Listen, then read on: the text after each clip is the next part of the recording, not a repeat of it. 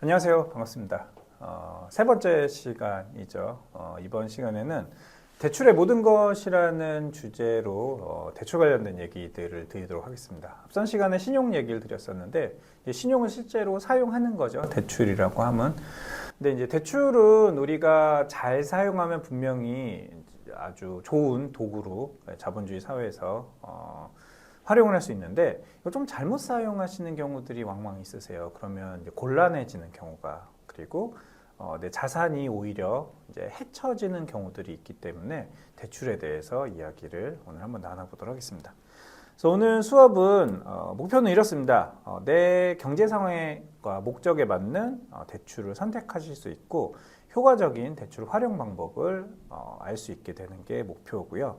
대출은 도대체 왜 하는 걸까? 한번 의문을 가져보는 부분, 그리고 대출이 필요한 상황인지, 대출을 어디서 하는 게 좋을지, 어디서 하는지 이런 것들을 찾는 과정이다라고 생각해 주시면 좋겠습니다.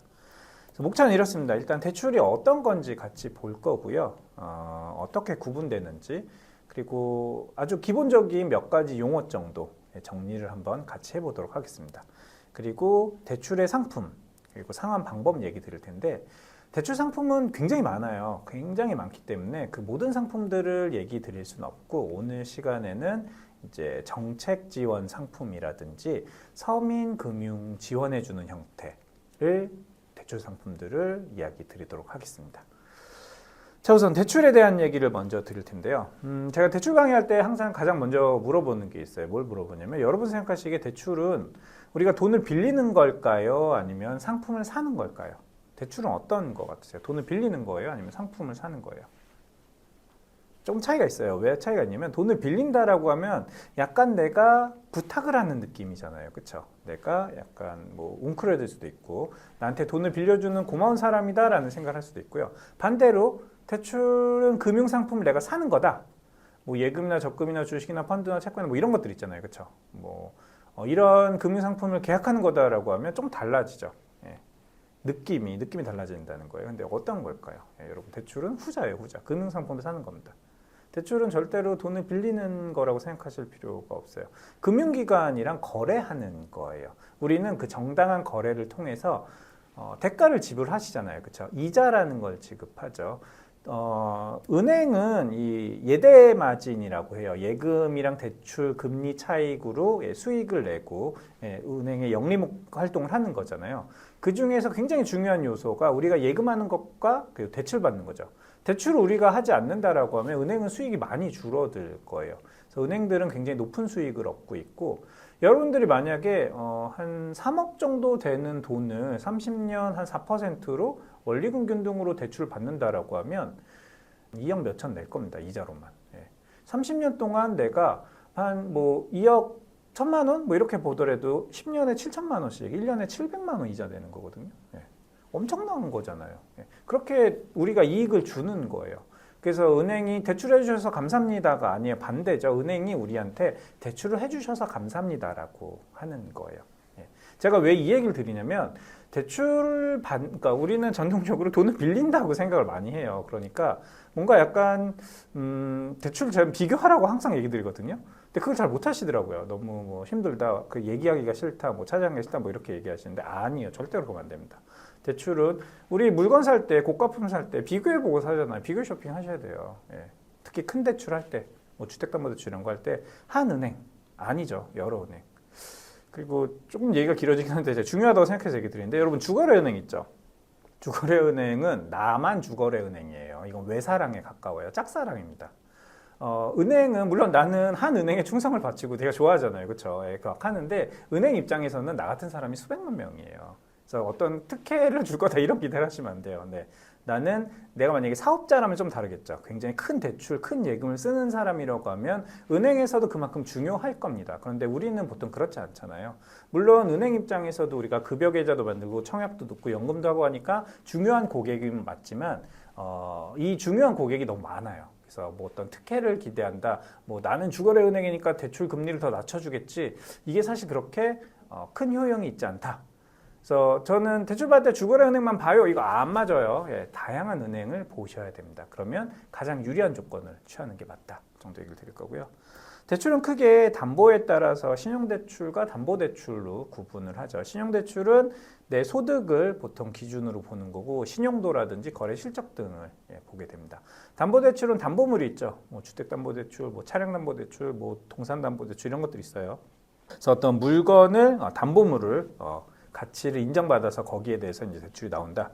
그래서 보통의 경우 신용대출보다는 담보대출이 한도도 크고 조건도 좀 더 유리한 경우들이 더 많다 정도 이해를 해주시면 되고요. 네, 이 부분은 다 알고 계신 거니까 이것보다 제가 얘기 드리고 싶은 건 사용 형태에 따라서 구분을 한번 해보세요라는 얘기를 하는 거예요. 대출은 세 가지 사용 형태가 있어요. 자산화 대출이란 게 있고요. 내가 부동산을 취득하기 위해서 받은 대출은 자산화 대출이에요. 이 대출을 통해서는 자산을 만들 거잖아요. 그렇죠? 그리고 소비성 대출이 있어요. 쓰기 위해서 받는 대출. 뭐 신용구매, 할부구매, 마이너스 통장 같은 것들이 있을 수 있고요. 악성 대출이 있습니다. 악성 대출은 현금 서비스, 카드론, 돌려막기를 위한 고금 대출 이런 것들이 있어요. 사용 형태에 따라서 구분하는데 우리는 당연히 악성 대출은 일으키시면 안 돼요. 그냥 안 된다라고 생각하세요. 신용이 망가지고 뭐 이런 걸 떠나서 자산 형태가 많이 문제가 발생해요. 그러면 우리는 너무 많은 비용을 부담하셔야 되고요. 그리고 이제 자산이 많이 위축될 수 있는 위험이 있는 거죠. 반대로 자산화 대출은 어떨까요? 이게 충분히 건강하다라고 하면 좋은 대출이 맞아요. 차 사는 건 어떻게 생각하세요? 이거 소비성이에요? 자산화예요? 악성이에요? 차 사는 거 내가 할부로 차를 산다. 형태에 따라서 다른 거예요. 어떤 의미냐? 만약에 제가 이제 차량을 사서 과일 장사를 하려고 해요. 그럼 저한테 이 차량은 자산화 대출이겠죠. 근데 단순히 내가 뭐 레저용으로 산다라고 하면 소비성 대출에 들어갈 겁니다. 어떤 차이인지 아시겠죠? 그래서 내가 받으려는 대출이 어떤 건지 한번 생각해 보시고요.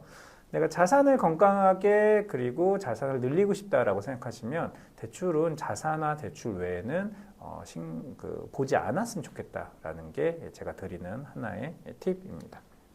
여기서 조금 더 깊게 들어가면 이런 게 있어요. 레버리지 투자라고 들어보셨죠? 대출 얘기하고 있어요. 대출 얘기. 레버리지 투자는 빚내서 투자하는 거거든요. 어떻게 생각하세요? 레버리지 투자 좋은 걸까요? 나쁜 걸까요? 하고 계신 분도 있으실 거예요. 여기에는 뭐 정답이 있진 않습니다. 어떤 형태를 취하냐, 내가 어떤 형태 투자를 하느냐에 따라서 이게 좋을 수도 있고 나쁠 수도 있는 거겠죠. 요즘에 영끌 얘기 많이 나와요. 이제 B2 얘기도 많이 나오고요. 그런데 이 부분이 감당 못할 정도다라고 하면 분명 문제가 될 겁니다. 그래서 제가 이제 6가지 정도로 정리를 해봤어요. 레버리지 투자를 생각하고 있다든지 하고 있다라고 하면 이 조건에 부합되는지 한번 보셨으면 좋겠어요. 첫 번째는 레버리지 투자를 하셨을 때 정상적인 현금 흐름이 유지 가능한가예요. 내가 레버리지 투자는 어쨌든 대출을 받잖아요. 이 대출 상환을 하셔야 되는데 내가 벌어들이는 소득 그리고 지출하는 부분 다 고려했을 때 매월 나가는 이자나 원리금 같은 거를 충분히 감당할 수 있다라고 하면 레버리지 투자를 해볼 수 있겠죠. 주택담보대출 같은 경우에 만약에 내가 집을 살 때 대출을 보통 받잖아요. 이게 내 현금 흐름 안에 있으면 뭐 그렇게 걱정을 안 해도 돼요. 혹은 뭐 다른 형태의 투자를 한다고 하셔도 내가 현금 흐름 내에서 관리가 된다라고 하면 위험성은 분명히 높겠죠. 그렇지만 뭐 불가능하진 않다. 두 번째는 환경 변화에 대응하실 수 있는가 합니다. 자산 가치가 갑자기 떨어지거나요. 대출 금리가 변한다고 했을 때 내가 적응할 수 있는가예요. 그래서 여기서 보면 주택이란가 부동산 투자 부분이랑 금융 투자에서 뭐 코인도 들어가요. 레버리지를 활용할 때 많은 차이가 있어요. 어떤 차이냐? 부동산도 투자 자산이지만 변동성이 코인이나 주식보다는 조금 덜한 경우가 대부분이거든요. 부동산이 뭐 하루 이틀 만에 몇십 % 올랐다 떨어졌다 이런 얘기는 잘 없잖아요. 그리고 실제로 거래까지도 시간이 오래 걸리기 때문에 조금 다른 부분이죠. 그런데 우리가 레버리지 이렇게 해서 주식이나 코인 투자한다라고 하면 변동성이 너무 크잖아요. 그렇죠? 그럼 이 큰 변동성, 손실이나 수익이 났을 때 이걸 감당할 수 있는가에 대한 걸 고민해 보셔야 돼요. 그래서 너무 변동성이 크면 맞지 않다, 적합하지 않다. 필요할 경우 투자 자산 정리가 가능한가? 내가 너무 좋은 자산인데 이게 매각이 안 돼. 뭐 그런 조건이 있어요. 그럼 어떻게 해야 돼요? 문제가 될 수 있겠죠. 오래 묶이게 된다. 이런 것도 문제가 될 수 있어요. 그래서 환경의 변화에 대해서 내가 필요시 정리가 가능한, 즉시 가능한가 이런 부분들도 중요한 요소고요.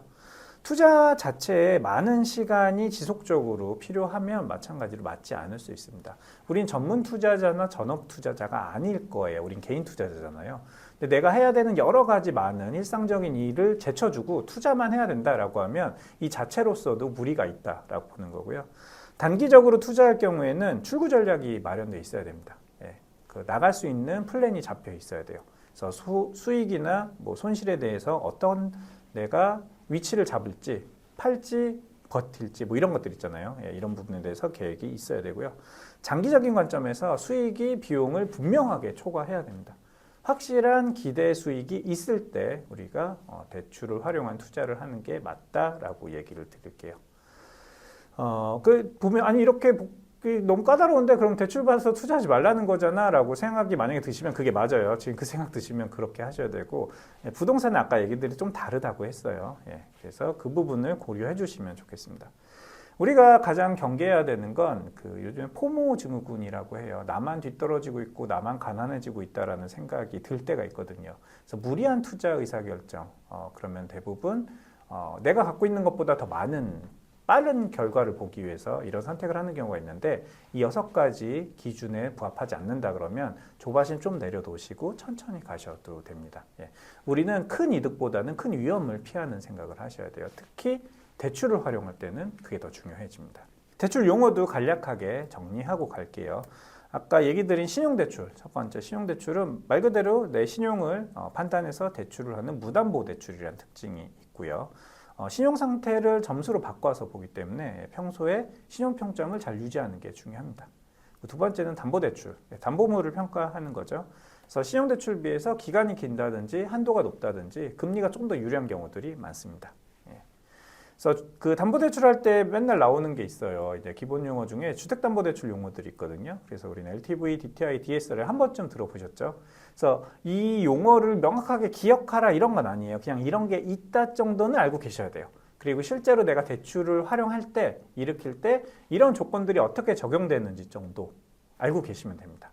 그러니까 LTV가 뭔지 정확히 이게 그 주택담보대출 비율, 이걸 그 용어 자체를 외우고 있을 필요는 없어요. 근데 이런 게 있다 정도는 알고 계셔야 됩니다. 근데 간략하게 설명드리면 주택담보대출 비율은 이제 내가 이제 사려고 하는 주택에 대해서 1억짜리 주택에 LTV가 70이다 그러면 70%까지 대출이 가능하다라는 거죠. 7천만 원 대출 받을 수 있구나, 최대치가 이런 형태를 보시면 되고요. DTI는 총부채 상환 비율인데 이제 지금은 DSR로 넘어갔죠. 이게 더 이제 강력해졌어요. 그래서 지금은 스트레스 DSR 2단계를 적용하고 있어요. 이건 뭐냐면 DSR은 총체적 상환 능력 비율이라고 해서 내가 주택담보대출을 받는데 이 지금 받는 대출 말고 기존에 있는 모든 대출의 원리금 상환액을 포함시켜서 계산을 합니다. 그래서 소득의 몇 %를 상환하는가? 소득보다 너무 과도한 상환이 잡히면 이제 쓸 수 있는 돈이 줄어들잖아요. 그러면 이제 정말 뭐 하우스 푸어 이런 얘기 나오니까 그건 이제 방지하고자 너무 과도한 채무를 일으키지 말아라라는 형태고요. 스트레스 DSR은 2단계 적용 중이에요. 9월 1일부터 시작이 됐습니다. 그래서 쉽게 생각해서 현 시점 기준으로 과거 5년 동안에 가장 높았던 시장 금리를 이제 플러스 하는 거예요. 그러면 어찌됐든 내가 실제로 받는 대출보다 높은 금리 적용이, 그러니까 계산이 그렇게 되는 거예요. 한도 계산에서. 그래서 내가 원래대로 하면 소득의 한 40% 원리금 상환액 잡았을 때 뭐 한 5억짜리 아파트 사는데 한 3억 정도 대출이 나왔다라고 하면 스트레스 DSR은 1.5에서 3%까지 금리가 더해진 걸로 계산을 하거든요. 실제로 그렇게 갚는다는 건 아니라 한도 계산이 들어가요. 그러면 뭐 3, 4천 정도 소득에 따라서 이제 한도가 줄어드는 효과가 있다. 네, 이런 게 있다 정도만 알고 계시면 돼요. 정확한 계산법 같은 건 나중에 대출 받을 때 은행에서 확인할 수 있습니다. 그런데 단지 내가 어떤 걸 살 때 내가 적용받는 어떤 규제라든지 정책이 있는지 정도, 이런 게 있어라는 건 알고 계셔야 됩니다. 그래서 간략하게 한번 짚어드렸고요. 다시 기본적으로 변동금리, 고정금리 이런 얘기 들어보셨죠? 변동금리는 말 그대로 금리가 대출 기간 동안에 변화하는, 그래서 뭐 6개월, 3개월, 6개월, 12개월, 뭐 2년, 3년, 5년 변동 이런 형태의 금리 변동이 있고요. 고정금리는 이제 대출이 끝날 때까지 정해진 금리 그대로 적용받는 겁니다.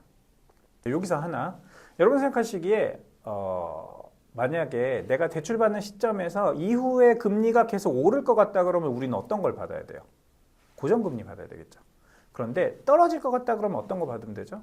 변동금리 받으면 돼요. 근데 반대로 어느 정도 올랐다가 떨어질 것 같다라고 하면 어떻게 하셔야 돼요? 예. 변동금리 중에 긴 거 받으시면 돼요. 5년 변동 이런 거 있잖아요. 그렇죠? 그러면 오르는 동안은 일단 변동 안 하는 5년 동안 고정 후에 변동 들어가니까 떨어지기 시작할 때 변동금리 적용받는다. 뭐 이 정도. 그리고 또 하나, 대출은 계속 바꿀 수 있어요. 중도상환 수수료가 보통 뭐 3년 정도, 뭐 대출 상품에 따라 다른데 중도상환 수수료가 없어지는 시점부터는 대출 비교해서 갈아타는 것도 고려해 볼 수 있습니다. 한번 설정한 대출을 이거는 내가 30년 동안 갚기로 했으니까 30년 동안 절대 바꾸면 안 돼. 이런 거 아니잖아요. 이거 낙선 계약이에요. 금융회사하고 나하고 서로 승낙해서 동의한 계약이니까 이게 얼마든지 옮겨갈 수 있는 거죠. 예, 이 정도 기억해 두시면 좋고요. 금리 같은 경우에는 기준금리에서 가상금리를 더한 데서 이제 우대금리를 빼는 형태로 더해지게 됩니다. 그래서 이런 게 있다 정도 기억해 두시면 좋고요. 그래서 대출 상환은 만기시 상환 그리고 원리금 균등 분할 상환이란 게 있고요. 만기시 상환은 대출 기간 동안 이자만 내요. 그리고 대출 만기일에 원금을 한 번에 갚는 형태고요. 원리금 균등 상환은 원금과 이자를 매월 똑같이 상환을 하게 됩니다. 그래서 매월 같은 금액을 상환하게 되는데요. 원리금 균등은 이제 그 대출 기간 동안에 전체 발생하는 이자를 미리 계산해서 원금이랑 합쳐서 이제 기간으로 나누는 거죠. 그래서 매월 같은 금액을 갚는다. 그리고 원금 균등 상환이란 것과 만기 지정 상환액 상환이란 게 있어요. 원금 균등 상환은 아까 원리금 균등은 전체 이자기랑 원금을 더한다고 했잖아요. 원금만 일단 기준해서 원금을 대출 기간 동안 나눠요. 그리고 이제 매월 그 원금에 해당하는 이자가 붙는 걸 계산하죠. 그래서 뒤에 도표를 한번 보여드릴 텐데, 첫 달에 가장 높은 상환이 들어가고 마지막 달에 제일 적은 금액을 갚게 돼요. 근데 이자 부담은 가장 적다 정도. 그리고 만기 지정 상환은 이제 대출금 일부를 약정 기간 동안 이제 상환을 하고 나머지를 만기에 한 번에 갚겠다. 그래서 내가 대출을 받을 때 어떤 형태가 가장 유리하고 나한테 맞는지를 보셔야 돼요. 단순히 이자를 적게 낸다라고 하면 원금 균등이 제일 유리할 거지만 내가 매월 상환하는 금액이 높은 걸 감당할 수 없다라고 하면 만기시 상환이 더 유리할 수도 있거든요. 그래서 내 상황에 맞춰서 상환 방법을 잡는 게 가장 중요합니다. 중도상환이라는 게 있고요. 중도상환 수수료라는 게 있습니다. 중도상환은 약정기간 만기 이전에 내가 임의로 상환하는 거예요. 그래서 중도상환은 나는 대출 빨리 갚아버리는 게 좋아 해서라고 갚는 경우가 있으신데 수수료가 언제까지 적용되는지 혹은 어느 정도 뭐 대출의 몇 %까지 중도상환 수수료를 면해 주는지 이런 세부 항목이 대출 계약서에 나와 있거든요. 그걸 보시고 수수료를 이제 최대한 아낄 수 있는 방향, 금리랑 같이 비교해 보시고 비용을 계산해서 상환 방법을 잡는 게 가장 유리하다라고 보시면 됩니다. 그래서 대출 같은 경우에는 그 금융감독원의 금융상품 한눈에란 사이트가 있어요. 이거는 우리가 어떤 정책 대출 같은 거 제외하고 일반 대출을 쓰실 때 조회해서 보시면 가장 유효하다라고 보셔도 될 거예요. 그래서 모든 대출 상품을 볼 수 있고요. 그래서 여기 예를 들어서 뭐 전세금 대출 우리가 조회한다라고 하면 전세금이랑 뭐 대출 금액, 그래서 내가 원하는 형태를 이렇게 막 조건을 넣어서 조회를 해보면 전체 금융회사가 갖고 있는 이제 내가 요청한 대출 상품들이 쭉 나와요. 그럼 이 중에서 이제 가장 유리해 보이는 걸 선택해서 우리가 한번 볼 수 있겠죠. 그래서 이런 형태의 사이트를 활용해 볼 수도 있다라고 얘기를 드릴 거고요. 다음으로는 대출 상품 그리고 상환 방법에 대한 얘기를 좀 더 구체적으로 드리겠습니다. 대출 상품은 너무 다양하기 때문에 제가 이제 정책적인 부분, 이제 지원받는 형태랑 서민금융지원 대출들 이런 걸 간략하게 얘기 드릴 거예요. 앞에서 얘기 드린 뭐 금융상품 한눈에서 보는 일반적인 대출은 개인마다 다 다르고 상황마다 다르니까 그건 직접 조회해서 우리가 한번 찾아보는 게 필요하다라고 보시면 되고요. 일단 정책금융 같은 경우에는 정부가 일정 정도 지원을 한다든지 어떤 목적성을 갖고 더 유리한 형태로 대출 상품을 제공하는 걸 얘기합니다. 그래서 예를 들어서 주택 관련된 대출들이 대표적인데 그 주택도시기금의 기금이 든든이란 이제 홈페이지 들어가 보시면 이제 이런 형태를 보실 수 있고요. 주택 관련된 대출들이 굉장히 많아요. 그래서 예를 들어서 이제 전세 대출 같은 경우에는 뭐 이런 것들 있죠. 우리가 많이 보는 들어본 적 있으실 거예요. 버팀목 전세자금 대출. 그럼 세부 조건이 나옵니다. 소득 조건이 나오고요. 그리고 대출 금리 나오고 연령, 그리고 대출 한도, 대출 기간. 그래서 이 세부 조건들을 확인하셔서 내가 적용을 받을 수 있는지 한번 보시면 되고요. 뭐 그 외에도 보증부 월세 대출이라고 해서 전월세 보증금이랑 월세를 대출 받을 수도 있어요. 그래서 주거 지원을 되게 두텁게 이제 청년 세대 같은 경우에는 가능한 것들 보일 수 있고요. 보증금 금리가 연 1.3% 그리고 월세는 이제 거의 무이자에 가까운 20만 원 이하면 굉장히 파워풀하죠. 많은 이득을 취할 수 있는 형태가 되시고요. 그리고 전세 피해가 있었다 그러면 임차인 버팀목 전세자금이라고 해서 특례 형태로 낮은 금리의 대출을 이용하실 수도 있습니다. 그리고 신혼부부 같은 경우에는 전용 전세자금 대출이 또 따로 있어요. 그래서 부부 합산 소득 그리고 대출 금리 한도 기간 다 정해지는 게 있고요. 조건에 부합한다라고 하면 일반적인 민간 대출보다는 이런 기금 대출이 대개의 경우는 훨씬 유리하다고 보시면 돼요. 그래서 일단 이쪽을 먼저 보시면 유리하시고, 그 사이트 내에 보면 이렇게 주택 전세자금 계산 마법사라는 게 있어요. 그래서 이제 메뉴에서 내가 이제 받고자 하는 대출의 이제 모의 계산을 한번 해볼 수 있어요. 그래서 조건을 입력하시고 이제 소득이라든지 내가 필요한 자금.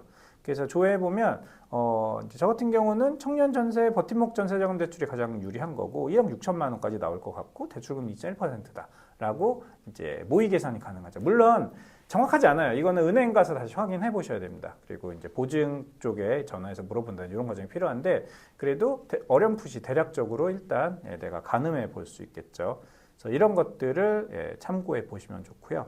이 주택대출 같은 경우에는 보증서 대출이에요. 이게 엄밀히 이야기하면 전세 보증금 대출이라고 하지만 사실 보증금을 담보로 잡는 형태는 아니거든요. 이게 보증서가 나오는 거고 특히 정부 지원 대출은 더더욱 그러하죠. 그래서 이제 두 군데가 있습니다. 주택도시보증공사가 있고요. 주택금융공사가 있어요. 그래서 이 보증서를 어디 걸 쓰느냐에 따라서 은행에서 약간의 차이가 발생할 수 있고요. 실제로 실무적으로 내가 A 은행에서 뭐 전세자금 대출이 어렵다는 얘기를 들었어도 B 은행에서는 될 수가 있어요. 그러니까 아까 얘기 드렸잖아요. 은행 한 군데만 보고 내 주거래은행만 보고 안 된대 나는 큰일 났어 이게 아니에요. 다른 곳들 한번 확인해 보시는 게 꼭 필요합니다. 조건에 따라서 조금씩 달라질 수 있거든요. 대표적으로는 이제 그 주택도시보증공사 같은 경우에는 그 목적물, 그러니까 내가 빌리고자 하는 그 전세 집 있죠. 그 자체의 목적물을 좀 더 중요하게 봐요. 그래서 이제 거기에 문제가 있는지 이런 것들이 영향을 주고 뭐 평가가 얼마가 나오는지가 이제 대출하는 데 영향을 주는 거고요. 주택금융공사 같은 경우에는 이제 내가 이제 신청인의 어떤 신용도라든지 이런 게 조금 더 영향을 줘요. 그래서 예를 들어서 내가 소득이나 신용 점수가 낮은 경우에는 주택보증공사가 좀 더 유리할 수도 있고요. 내가 소득이 높고 뭐 신용도도 굉장히 좋다라 그러면 주택금융공사 보증 받는 게 더 유리해지는 거죠. 그래서 이게 차이가 있다 정도는 인식하셔야 되고 어떤 하나의 대출 상품 끝 이게 아니에요. 굉장히 다양하게 있고 어떻게 적용받느냐에 따라서 분명히 차이가 존재하니까 여러 군데 알아보는 게 필요하다라고 생각해 주시면 됩니다. 서울시도 마찬가지로 지원이 있어요. 이건 서울 주거 포털에서 우리가 이제 정보를 찾아볼 수 있는데 뭐 청년 신혼부부 지원이라고 해서 마찬가지로 대출 이자를 얘는 지원을 해줍니다. 그래서 실제로 은행에서 대출을 받으면 일부 대출 이자를 시에서 지원해 주니까 앞에서 본 뭐 디딤돌 이런 거랑 같은 효과가 있어요. 금리가 되게 낮은 형태, 내가 실제로 부담하는 금리 이런 부분들이 있는 거죠. 그래서 마찬가지로 구체적으로 어떤 조건을 갖고 있냐라고 한번 찾아보시면 되고요. 다시 얘기 드려요. 이런 조건들은 사실 계속 바뀝니다. 올해랑 내년이 또 다를 거고요. 내년이랑 후년이 다를 거예요. 그래서 지금 이게 어떻고 조건이 어떻고 달달달 외울 필요 전혀 없죠. 그냥 이런 게 있다 정도. 내가 전세 월세 구할 건데 대출 좀 받아야 될 것 같아라 그러면 아까 얘기 드린 대로 기금이든 한번 먼저 들어가 보고 서울시 주거포털 한번 들어가 보고 요거 먼저 해보시는 거예요. 그리고 나한테 유리한 게 뭔가. 이 정보를 알고 은행에 앉아서 대출 상담을 받는 게 훨씬 유리하신 거죠. 일반 대출 안 내주면 근데 제가 디딤돌 되는 걸로 알고 있는데 그것도 한번 봐주시겠어요? 이런 얘기를 할 수 있잖아요. 이런 부분이 우리한테 필요하다라고 생각하시면 되고요. 임차보증금, 이자 지원 이런 조건이 있다라고 얘기 드렸어요. 그리고 신혼부부도 마찬가지로 이자 지원을 받을 수 있고요. 세부 조건은 들어가서 보시면 됩니다. 이걸 제가 읽을 필요는 없을 거예요. 그렇죠? 그런데 대상 주택에 대한 게 잡혀 있고 이런 조건들 한번 보셔야 되고 그 소득이 낮은 경우에는 이자 지원을 더 많이 받아요. 그리고 자녀가 있어도 마찬가지로 최대 1.5%까지 이자 지원을 받아요. 그래서 뭐 최대 4.5%까지도 가능하거든요. 그건 거의 이제 무이자 형태인데 그럼 소득이 아주 낮고 세 자녀 이상 뭐 이런 경우면 만약에 내가 대상이 된다라고 하면 굉장히 유리한 형태의 대출도 이용이 가능하다라고 생각하시면 됩니다.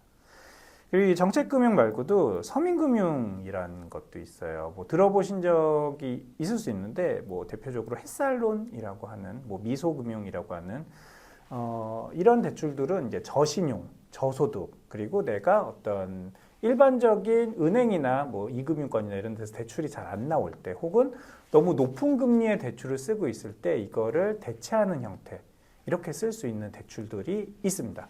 그래서 지난 시간에 제가 신용 얘기할 때 불법 대출 이런 거 얘기 드렸었는데요. 이런 쪽 보기 전에 내가 신용도가 너무 낮고 소득이 뭐 문제가 있을 때 긴급하게 쓸 수 있는 서민금융 지원 대출들이 있어요. 그래서 서민금융진흥원 통해서 확인 가능하신 거고 마찬가지로 어떤 상품이 있는지 지금 외울 필요 없죠. 내가 실제로 좀 안 좋은 상황이 됐다라고 하면 그런 뭐 그 금융권 위에 뭐 사적 대출 사채라고 하죠. 이런 쪽 넘어가기 전에 이런 게 있다, 서민금융이 있는구나라고 기억해 내셔서 조회해 보시고 적용할 수 있는 상품들 찾아보시는 게 필요하다. 그래서 대표적인 게 햇살론이 있고요. 햇살론도 마찬가지로 이제 자세히 보기 들어가서 보시면 그 이제 조건이 있어요. 소득 조건 있고 신용 점수 조건 있고 그리고 대출 조건 있고 그러면 이제 그 정상 상환 중이면서 신용도가 좀 낮은 형태일 때 뭐 금리가 한 자릿수 금리 나오거든요. 뭐 5에서 한 9% 정도. 5%, 9% 너무 높아 하실 수도 있는데 사실 신용 낮을 때는 거의 20% 대출밖에 못 받거든요. 그럼 이게 되게 내가 요긴하게 쓸 수 있는 대출이 되겠죠.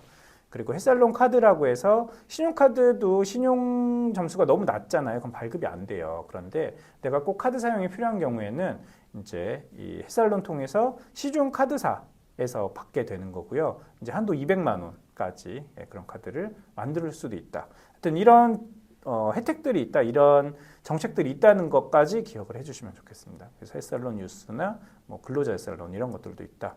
햇살론 15, 뭐 최저신용자 특례보증, 소액생계비 대출. 그래서 내가 위급하고 문제가 있을 때 급하게 대출을 활용해 볼 수 있는 방법이 있다 정도만 기억을 해주시면 좋겠어요. 뭐 미소금융이라고 해서 뭐 취업 관련 그리고 뭐 자영업자라든지 뭐 취약계층 이런 형태의 대출도 있다 정도 생각해 주시면 좋겠습니다. 대출 상환 방법에 대해서 얘기를 드릴게요. 대출 상환 방법은 크게 보면 앞에서 용어할 때 간략하게 이제 정리해 드렸는데 대출 기간 동안에 이자 원금 같이 내는 경우하고 이제 이자만 납부하고 만기 원금 내는 형태가 크게 있다. 그래서 만기시 상환이라고 하고 거치식 상환이라고 하는 거예요. 그래서 요거 그래프로 한번 보여드릴게요. 만기시 상환 같은 경우에는 이제 대출 기간 내에 이자만 갚다가 나중에 원금을 한 번에 갚아요. 그리고 거치식 상환은 일정 기간 이자만 낸 다음에 원금 이자 같이 갚는 형태. 이런 형태의 대출 상환이 있고 원금 균등이랑 원리금 균등이 있어요. 그래서 원금 이자 같이 되는 형태인데 이제 어떻게 이제 쪼개느냐에 따른데 원금 균등은 아까 한번 설명드렸는데 그 기간 동안의 원금을 모두 나누게 되고 거기에 이제 발생하는 이자를 더하게 됩니다. 그래서 첫 달은 가장 높은 상환이 발생하고 마지막 달은 가장 적은 금액 상환이 발생하는 거고요. 원리금 균등은 원금이랑 대출 기간 동안에 발생하는 총이자를 미리 계산해서 이제 그 합을 기간 동안에 나눠서 계산하는 거죠. 그래서 보통 장기 대출은 대부분 원금 균등이나 원리 균등 상환을 많이 취하게 되고요. 그래서 이자 부담이 예를 들어서 300만 원을 6개월 동안 15%로 빌렸다라고 하면 만기시 상환은 총 이자액이 22만 원 정도 돼요. 그런데 원리금 균등은 13만 원, 원금 균등은 13만 1천 원. 그러니까 이자만 내는 형태가 어쨌든 가장 불리한 거죠. 가장 많은 비용을 내야 됩니다. 그럼 그렇다고 해서 무조건 원리금 균등이나 원금 균등이 유리하냐? 그건 조금 더 생각해 봐야 되는 게 아까 얘기 드린 것처럼 내 상황에 따라서 만기시 상환 같은 경우에는 매월 상환하는 게 3만 7천 원이에요. 300만 원을 6개월 동안 15% 금리를 빚었을 때. 근데 원리금 균등은 뭐 매월 상환해야 되는 게 52만 2천 원이고요. 원금 균등은 첫 달에 53만 7천 원, 마지막 달에 50만 6천 원을 갚아야 됩니다. 그러니까 내 현금 흐름이 단기간에 한 3, 4개월, 5, 6개월 동안 되게 힘들다라고 하면 이자를 조금 더 내더라도 만기시 상환이 맞겠죠. 이자만 내다가 원금 한 번에 갚을 수 있는. 근데 그런 상황이 아니다라고 하면 원리균등이나 원금균등으로 매월 같은 금액 혹은 이제 원금을 어쨌든 같이 상환하는 형태를 가져가는 게 가장 유리하다라고 생각하시면 됩니다. 세 가지 그림 보여드릴 텐데 얘네들 공통점 어떤 거 같으세요? 주차장이랑 보관함, PC방 같은 거. 시간이 지날수록 비용이 많아지죠. 대출도 같아요. 시간이 경과하면 어쨌든 많은 비용을 내셔야 돼요. 그래서 대출을 받을 때는 보수적으로 상환 계획을 잡으시고 물론 항상 그런 건 아니지만 대체적으로 빨리 상환하는 게 훨씬 유리하다 정도 기억해 주시면 좋겠습니다. 그럼 마무리 결론 지을 텐데요. 현명하게 대출을 사용하는 10가지에 대해서 얘기를 드릴 겁니다. 첫 번째는 내가 대출을 받기 전에 이 대출이 정말 꼭 필요한가 한번 생각을 해보셔야 돼요. 대출의 기능적 분류 말고 제가 사용에 대한 분류 얘기 드렸어요. 이게 자산화 대출이냐, 소비성 대출이냐, 악성 대출이냐 한번 생각해 보시고요. 좋은 신용평점 유지하기 위해서 노력해야 됩니다. 담보대출도 신용평점이 높으면 조금 더 조건이 유리해져요. 금리에 대한 부분도 더 유리해질 수 있고요. 그리고 현금 흐름 가장 중요합니다. 항상 양호한 현금 흐름. 적자가 나는 현금 흐름은 대출이 계속적으로 발생한다는 얘기예요. 그래서 우리가 대출을 받을 때는 이 현금 흐름 고려해서 상환을 계획하면서 받으셔야 됩니다. 향후 현금 흐름 감안해서 적절한 대출처. 쉽고 간편하니까 대부업체부터 받을 거야가 아닌 거죠. 좀 불편하더라도 나한테 가장 유리한 대출 보셔야 되고요. 현재하고 미래 경제 상황 감안해서 최적의 상황 방안 선택하셔야 됩니다. 아까 얘기 드렸죠. 이자를 낮추기 위해서 만기일씩 그것도 원리금융이나 원금융도 좋을 수 있는데 현금 흐름이 안 나온다라고 하면 이제 고려해서 우리가 대출 상환 방법을 골라야 됩니다. 상환 방법은 선택이 가능한 경우가 분명히 있어요. 그 대출 비용은 어쨌든 최대한 낮추기 위한 노력하셔야 되고요. 사기 대출, 작업 대출 이런 거. 사기 대출 구분하는 방법 제일 쉬운 게 하나 알려드릴게요. 이거 정말 쉬워요. 뭐가 쉽냐? 대출은 여러분이 돈을 받는 거예요, 내는 거예요? 돈을 받는 거잖아요, 그렇죠? 근데 대출을 받으려고 하는데 돈을 내라 그래요. 그럼 그게 사기 대출이다라고 생각하시면 됩니다. 그건 옳은 대출이 아닌 거예요. 쉽죠? 네. 개인 신용 정보 소중하게 관리하셔야 되고요. 대출 후에 금리 다시 점검해야 됩니다. 지속적으로 금리 확인하시면서 제가 한번 설정된 대출이 영원히 간다라고 얘기 안 드렸어요. 중도상환 수수료가 종료된 이후에는 얼마든지 그리고 그 전에라도 금리가 급격히 내렸다. 기존 새로 나온 대출들 조건이 훨씬 유리하다. 바꿔볼 수 있다. 기억해 주셔야 되고요. 보증하시면 안 된다. 이 정도로 마무리 짓도록 하겠습니다. 그래서 대출은 우리가 실제로 그렇게 자주 빈번하게 사용하지 않는 금융상품이긴 하지만 필요할 때는 꼭 활용해 볼 수 있는 그런 상품인 거죠. 그래서 대출이 어떤 것들이 있고 어떠한 것들을 조심해야 되고 이 정도만 간략하게 기억을 하고 계시면 나중에 대출을 사용하실 때 좋은 도움이 될 거라고 생각을 합니다. 오늘 강의 여기서 마무리 짓도록 하겠습니다. 잘 들어주셔서 감사합니다.